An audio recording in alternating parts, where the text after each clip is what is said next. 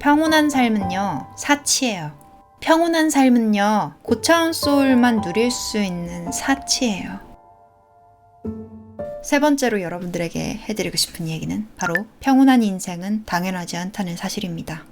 여러분들은 인생에 문제가 닥쳤을 때 이렇게 하소연하곤 합니다. 내가 바라는 건 별로 대단하지 않은 거야. 평온한 하루, 평범한 일상, 아무 일도 일어나지 않는, 아무 걱정 없는, 나는 그런 소박한 삶을 원했을 뿐인데 왜 내게 이런 불행이 일어나는 거야? 난 큰 걸 바라지 않았어. 대단한 성공도, 대단한 사랑도, 어떤 업적도 바라지 않았어. 난 그저 지금처럼 평범하게 밥 먹고 자고 생활하고 사랑하는 사람들과 즐거운 순간을 나누고 판도라님의 수업을 듣고 미라클 포유 카페에서 사람들과 깨달음에 대해서 이야기를 나누는, 난 그런 평범한 일상을 바랬을 뿐이야. 내 몸이 계속 건강하고 내가 사랑하는 사람들이 다 건강하고 누구하고도 이별하지 않고 지구도 멸망하지 않고 내가 사랑하는 반려동물도 영원히 살고 내가 좋아하는 관계들도 변화하지 않는, 난 그런 평온을 바랬을 뿐인데 좀 이상하지 않아요? 말하면서도? 소박해요 이게? 전혀 소박하지 않아요 여러분. 적어보세요. 그게 정말 소박한지. 제가 아까 말했잖아요. 정말 소박한 인생이라 함은 저차원 행성에서 노예로 태어나서 배를 곪지 않는다는 것이 소박한 삶이라고요.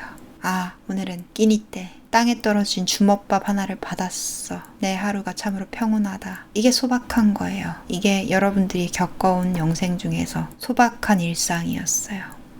여러분들이 부디 빨리 영혼으로서의 기억을 되찾았으면 좋겠어요. 여러분들이 그동안은 영혼으로서 얼마나 처참한 삶을 지나왔는지, 이 지구가 여러분들에게 얼마나 오아시스 같은 곳인지, 얼마나 큰 기회의 장인지 여러분들이 부디 빨리 기억을 되찾았으면 좋겠어요. 그 많은 잔인한 이야기들을 제 입으로 꺼내는 게 굉장히 어렵거든요. 무겁고요. 입이 잘 안 떨어지네요. 여러분이 만약에 어떤 저차원 행성에서 태어났는데 여러분들의 계급이 노예라고 생각해보세요. 아주 흔히 일어나는 일입니다. 그 행성의 인구 90%는 노예이고 9%는 귀족이며 1%는 왕족이라고 해봅시다. 그 10%의 사람들이 90%의 사람들을 채찍질하고 노동 착취하며 살아가는데, 그 노예들은 목숨을 겨우 부지할 정도로만 먹고 목숨을 겨우 부지할 정도로만 잡니다. 쉴 새 없이 노동합니다. 그리고 그 안에서 짐승 우리에 갇힌 가축 마냥 취급당하기 때문에 성착취를 합니다. 그 과정에서 아주 많은 자녀들이 생깁니다. 여성은 잉태와 출산을 통해서 본능적으로 아이에게 사랑을 느끼는 호르몬이 나옵니다. 이 아이가 갓난아의 기간 동안에는 그 호르몬에 이끌려서 아이를 키우고, 이 아이가 걸어다니고 의사표현을 하기 시작할 때부터는 그것들은 그저 심부름을 시키는, 그리고 먹이고 키워야 되는 또 하나의 책임에 지나지 않습니다. 그러니까 내가 나 먹을 것도 없는 식량을 나눠줘야 되는 힘없는 어린 것들, 또는 내가 성착취를 당한 것에 대한 결과물들, 또는 내 한 몸 부지하기도 어려운데 내가 책임져야 할 골치 아픈 것들, 또는 왜 생겨났는지도 모르는 하나, 둘, 셋, 넷, 다섯, 여섯 끝없이 늘어나는, 노예들은 피임을 할 수 없어요. 피임이라는 개념도 굉장히 많이 의학이 발달해야지만 가능한 기술이랍니다. 그리고 그런 기술이 있다 한들 어떤 노예에게 줄 밥도 없는데 피임하는 혜택을 주겠어요. 성관계는 곧 아이를 잉태하는 계기가 될 것이고, 아이를 계획하지 않았어도, 아이를 키울 만한 능력이 되지 않아도, 아이를 사랑할 마음의 준비가 되지 않아도 아이는 생겨나고 태어날 것이며, 그 아이를 위한 집도 학교도 보호자도 법도 사회 규칙도 없을 것입니다. 오직 소수의 지배층만이 그것들을 지구보다 훨씬 더 열악하게 얼기설기 흉내낸 채로 저차원에서의 삶을 살 겁니다. 그리고 만약에 그 행성이 인간의 존엄성에 대해서 한 번도 생각하지 않는 인류로만 가득하다면, 그들은 본능에 따라 살며 인간이란 무엇인가에 대해서 생각하지 않으며 자식을 자신의 심부름을 시키는 존재, 자신의 말에 복종해야 되는 존재, 또는 자신의 권력을 확장하는 데에 필요한 체스말로 쓸 겁니다. 그러니까 여러분들이 유복한 환경에서 태어나든 노예의 자식으로 태어나든 여러분들의 운명은 그다지 희망적이지 않네요. 이것이 가장 보편적인 저차원에서의 삶입니다. 만약에 여러분들이 조금 운이 좋다면 평화로운 저차원 행성에서 평화로운 농민의 자식으로 태어나 온종일 농사를 지으며 대부분의 농산물들을 상위 계급에게 헌납하며 그나마 굶지 않고 삼시세끼 먹으며 새끼가 아닐 수도 있죠. 지구랑 시간 개념이 다를 수도 있으니까요. 아무튼간 목숨을 보존하며 의료기술이 발달하지 않은 그 저차원에서 우연찮게 작은 질병이라도 걸리면 단명을 하고 뭐 그런 삶을 살았을 겁니다. 그게 그나마 운이 좋은 편이에요. 그러니까 제가 여러분들에게 말씀드린 건데 여러분들은 영생 동안 영혼으로서 한 번도 평온한 인생을 살아본 적이 없어요. 평온한 삶은요, 사치예요. 평온한 삶은요, 고차원 소울만 누릴 수 있는 사치예요.